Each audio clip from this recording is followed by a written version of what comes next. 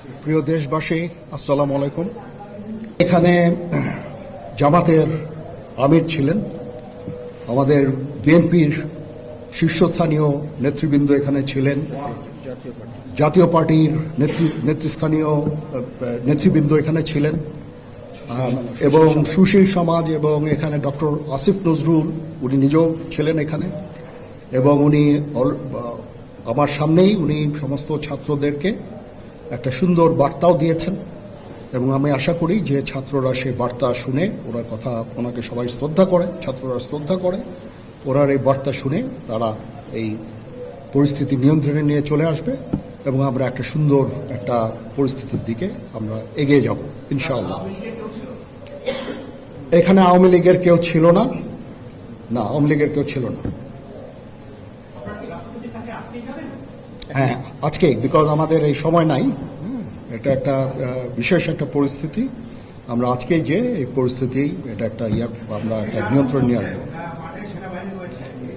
সেনাবাহিনী শান্তি শৃঙ্খলা বজায় রাখার কাজ চালিয়ে যাবে এবং আপনাদের সবার দায়িত্ব, ছাত্রদের দায়িত্ব, রাজনৈতিক নেতৃবৃন্দ এবং রাজনৈতিক কর্মীদের দায়িত্ব হচ্ছে সেনাবাহিনীকে সাহায্য করা, এবং আপনারা মিডিয়ার মাধ্যমে আমাদেরকে এই যে একটু আমাদের সাহায্য করেন, সুতরাং আমরা তাহলে এই পরিস্থিতি নিয়ন্ত্রণ সহজেই নিয়ে আসতে পারব।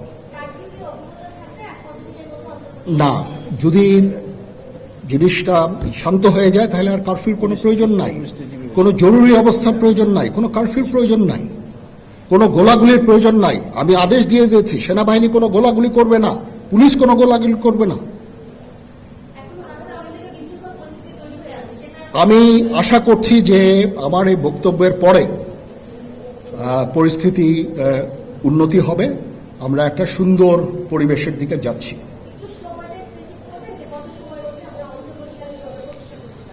আমরা এটা না, আমি আজকে রাতের মধ্যে একটা আমরা সলিউশনে যাওয়ার চেষ্টা করব, বাট আমাদের হয়তো 2-1 দিন সময় দিতে হবে। এটা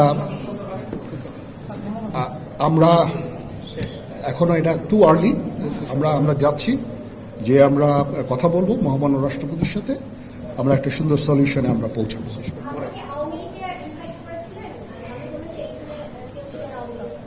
পরিস্থিতি ছিল খুব কম, সময় খুব কম ছিল। আমি যাদেরকে পেয়েছি অনেককেই আমি বলেছি, সবাই হতেন, বাট প্রধান রাজনৈতিক দলের সমস্ত নেতৃস্থানীয় নেতৃবৃন্দরা এখানে ছিলেন, তাদের সাথে আমি কথা বলেছি এবং ওনারা সবাই আমাদের এই প্রস্তাবে, এই যে আমরা যে আলোচনা করছি, সবাই এটাতে রাজি হয়েছেন।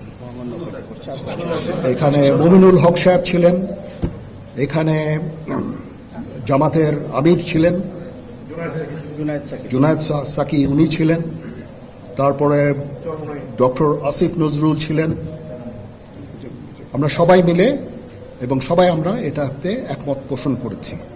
এখন ছাত্রদের কাজ হচ্ছে যে শান্ত হওয়া এবং আমাদেরকে সাহায্য করা।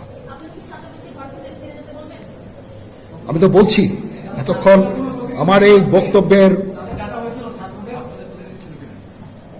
ছাত্রদের প্রতিনিধি বলতে আমি এখন ওনাদের কাউকে পাইনি। আমি ডক্টর আসিফ নজরুলকে রিকোয়েস্ট করেছি, যেহেতু ওনাকে ছাত্ররা শ্রদ্ধা করেন এবং উনিও একটা সুন্দর একটা ভিডিও মেসেজ উনি দিয়েছেন ছাত্রদের জন্য। আমি আশা করব যে এই ভিডিও মেসেজটাও কাজে হবে, কাজ দিবে, এইভাবে আমরা কাজ করে দেব। সবাই ভালো থাকেন, সবাইকে ধন্যবাদ। এখানে আপনারা যত প্রশ্ন করতে থাকবেন আমাকে দেরি করাবেন, ইট ইজ টু আর্লি। আমরা কাজ করছি, আমাদের একটু কাজ করতে দেন, একটু সময় দেন, আমরা একটা সলিউশনের মধ্যে আমরা যাব ইনশাআল্লাহ। হ্যাঁ, আপনারা সবাই যারা আন্দোলনরত, যারা ছাত্ররা আছেন, আন্দোলনরত যত লোকজন আছেন, দয়া করে ঘরে, লোকজন মারা যাচ্ছে, তো এগুলো থেকে আপনারা বিরত হন এবং আমাদের সাহায্য করেন। আমি সমস্ত দায়িত্ব নিচ্ছি, আপনারা আমাকে সাহায্য করেন। সবাইকে ধন্যবাদ। আল্লাহ হাফিজ।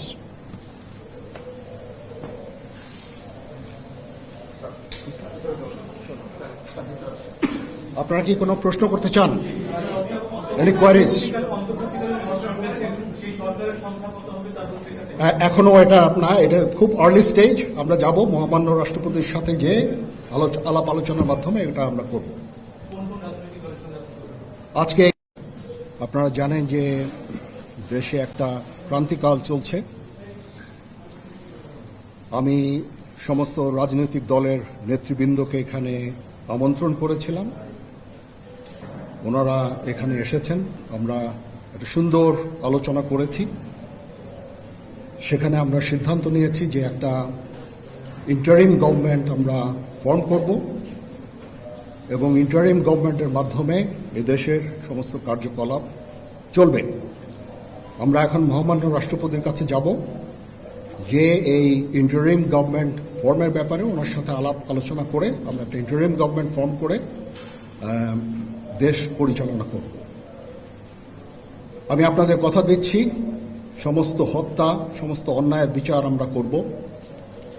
আপনারা সেনাবাহিনীর প্রতি আস্থা রাখেন, সশস্ত্র বাহিনীর প্রতি আস্থা রাখেন। আমি সমস্ত দায় দায়িত্ব নিচ্ছি, আপনাদের জানমাল, এবং আপনাদেরকে আমি কথা দিচ্ছি যে আপনারা আশাহত হবেন না। ইনশাল্লাহ আপনাদের যত দাবি আছে সেই দাবিগুলো আমরা পূরণ করব এবং দেশে একটা শান্তি শৃঙ্খলা ফিরিয়ে নিয়ে আসব। আপনারা আমার সাথে সহযোগিতা করেন। দয়া করে আর এই ভাঙচুর, হত্যা, মারামারি, সংঘর্ষ এগুলো থেকে বিরত হন। আমি নিশ্চিত যে আপনারা যদি আমার কথা মতো চলেন, আমাদের সাথে যদি একসাথে যদি কাজ করি আমরা, নিঃসন্দেহে আমরা একটা সুন্দর পরিণতির দিকে আমরা অগ্রসর হতে পারব। আপনারা দয়া করে আমাকে সাহায্য করেন। মারামারি করে এই সংঘাতের মাধ্যমে আমরা আর কিছু অ্যাচিভ করতে পারবো না, আর কিছু আমরা পাবো না। সুতরাং দয়া করে আপনারা সমস্ত ধ্বংসযজ্ঞ, সমস্ত অরাজকতা, সমস্ত সংঘর্ষ থেকে বিরত হন এবং ইনশাআল্লাহ আমরা সবাই মিলে একটা সুন্দর ভবিষ্যতের দিকে আমরা অগ্রসর হব।